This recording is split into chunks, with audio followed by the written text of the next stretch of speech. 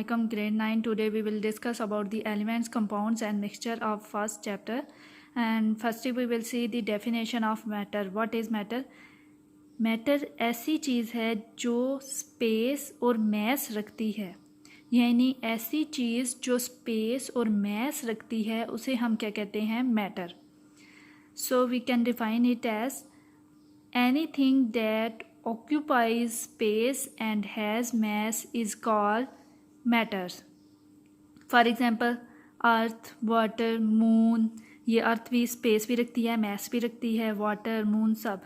You are the best example of matter because you have mass and also occupy space.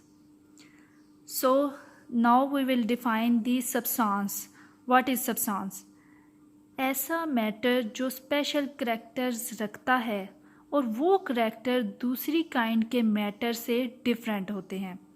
यानी क्या है कि एक मैटर है वो पर्टिकुलर करैक्टरिस्टिक्स रखता है और वो करैक्टर दूसरी काइंड के मैटर से डिफरेंट होते हैं, उसे हम क्या कहते हैं? सब्सटेंस. तो इसे हम डिफ़ाइन कैसे करेंगे? Any matter that has a particular set of characteristics that differ from the characteristics of another kind of matter is called substance. For example, oxygen, water, carbon dioxide. अब ये आप इनमें भी देखें तो ऑक्सीजन और वाटर की, कार्बन डाइऑक्साइड, इन तीनों की एक दूसरे से डिफरेंट खसूसियात हैं और ये इनके करैक्टरिस्टिक एक दूसरे से डिफरेंट हैं. रखते ये स्पेशल काइंड के करैक्टरिस्टिक हैं लेकिन तीनों के एक दूसरे से डिफरेंट है, तो इसे कहते हैं substance.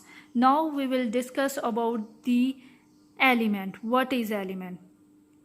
There are two definitions of the elements, so we will define one by one.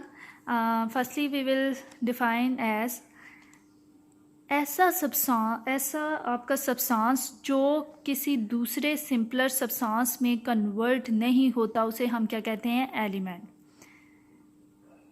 देखें for example oxygen, water, copper, aluminium. Oxygen hydrogen में चेंज नहीं हो सकती, इसी तरह हाइड्रोजन ऑक्सीजन में चेंज नहीं हो सकती. कॉपर एल्युमिनियम में, एल्युमिनियम कॉपर में, ये चारों एक दूसरे में चेंज नहीं हो सकते, बल्कि किसी भी दूसरे सब्सटेंस में चेंज नहीं हो सकते. तो ऐसे हम सब्सटेंसेस को क्या कहते हैं? एलिमेंट.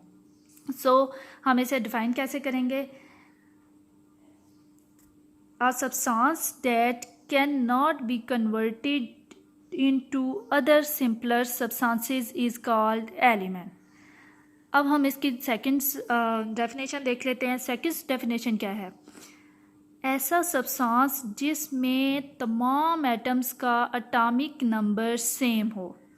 ऐसे सब्सटेंस जिनमें तमाम एटम्स का एटॉमिक नंबर सेम हो तो उसे हम क्या कहते हैं? एलिमेंट. अब एटॉमिक नंबर के बारे में परेशानियों की बातें ये हमने नेक्स्ट लेक्चर में हमने एटॉमिक नंबर ही समझना है, लेकिन थोड़ा सा इसका बता देती हूँ कि एक एटम होता है, उसके अंदर न्यूक्लियस होता है और न्यूक्लियस के अंदर क्या होता है? प्रोटॉन. तो प्रोटॉन के जो नंबर होते हैं उन्हें हम क्या कहते हैं? Atomic number.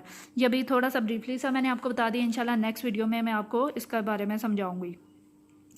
नेक्स्ट टॉपिक ही हमारा इसका है.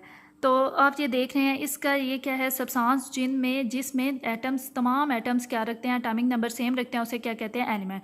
सो we can define it as an element is defined as a substance whose all the atoms have same atomic number. अब आपको ये पता है कि हमारी दुनिया जो बनी हुई है, वर्ल्ड कंपोज है किससे? मोर देन 100 एलिमेंट्स, यानी मोर देन 100 एलिमेंट्स से मिलके हमारी वर्ल्ड कंपोज है.